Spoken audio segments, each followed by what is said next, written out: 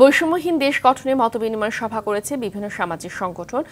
গুম, খুন, গণহত্যা, সাংবাদিকদের নির্যাতনের প্রতিবাদে পালিত হয়েছে নানা কর্মসূচি। এছাড়া বন্যা কবলিতদের মাঝে ত্রাণ সামগ্রী বিতরণ করেছে বিভিন্ন রাজনৈতিক দল।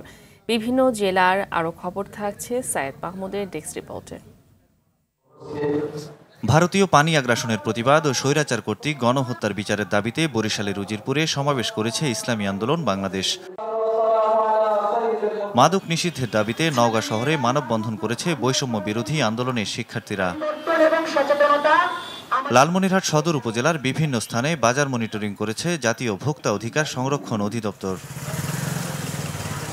সিরাজগঞ্জের রায়গঞ্জে সবজির বস্তার আড়ালে পাচারের সময় প্রায় ২,০০০ পিস নেশাজাতীয় ইনজেকশন সহ ২ মাদক কারবারিকে গ্রেপ্তার করেছে র্যাব। রাজশাহীতে পরীক্ষার দাবিতে রাস্তায় বসে প্রতীকী বিষপান কর্মসূচি পালন করেছে নার্সিং অনুষদের শিক্ষার্থীরা। কর্মসূচি চলাকালে ১১ শিক্ষার্থী অসুস্থ হয়ে পড়ে। তাদের রাজশাহী মেডিকেল কলেজ হাসপাতালে ভর্তি করা হয়েছে।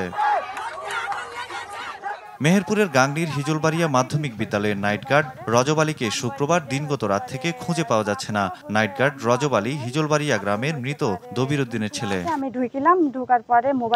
নোয়াখালী সেনবাগে বানভাসী মানুষের স্বাস্থ্যসেবা নিশ্চিতে দুদিনব্যাপী বিনামূল্যে মেডিকেল ক্যাম্পের আয়োজন করেছে বাংলাদেশ বন্ধু ফাউন্ডেশন। বাগেরহাটে নতুন যোগ দেয়া পুলিশ সুপারের সঙ্গে সাংবাদিকদের মত বিনিময় সভা অনুষ্ঠিত হয়েছে। এতে বক্তারা বর্তমান পরিস্থিতিতে একসঙ্গে কাজ করার আহ্বান জানান। কুমিল্লার বুড়িচং উপজেলায় বন্যার্তদের মাঝে খাদ্য সামগ্রী বিতরণ করেছে ঢাকা মহানগর যুবদলের নেতৃবৃন্দ। দুপুরে এই কর্মসূচিতে অংশ নেন ঢাকা মহানগর যুবদলের সাবেক সাধারণ সম্পাদক ও সাবেক আহ্বায়ক এবং কেন্দ্রীয় যুবদলের সাবেক যুগ্ম সম্পাদক গোলাম মাওলা শাহীন সহ অন্য নেতাকর্মীরা। ময়মনসিংহের হালুয়াঘাটে কর্মী সমাবেশ করেছে বিএনপি। এ সময় বক্তব্যকালে আওয়ামী লীগকে গণহত্যাকারীর দল হিসেবে আখ্যা দেন বিএনপির যুগ্ম মহাসচিব সৈয়দ এমরান সালেহ প্রিন্স। ঢাকার অদূরে ধামরাইয়ে তারেক রহমানের বক্তব্য ও নির্দেশনা শীর্ষক আলোচনা সভা করেছে উপজেলা শাখা বিএনপি। গতকাল বিকেলে স্থানীয় ডিগ্রি কলেজ মিলনায়তনে হয় এই আয়োজন। ব্রাহ্মণবাড়িয়া জেলা বিএনপির প্রতিষ্ঠাতা সাধারণ সম্পাদক মরহুম হামিদুল হক টুকুর ২৪তম মৃত্যুবার্ষিকী উপলক্ষে শোক সভা করেছে স্থানীয় বিএনপি।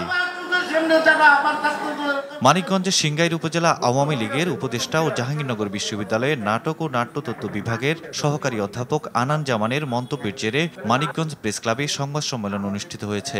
এতে বিএনপি নেতারা জানান, তার কাছ থেকে বিএনপির কেউই চাঁদা দাবি করেনি। আমার দেশ পত্রিকার সম্পাদক মাহমুদুর রহমানের নামে হওয়া সব মিথ্যা মামলা প্রত্যাহার ও ক্ষতিপূরণের দাবিতে মানববন্ধন হয়েছে।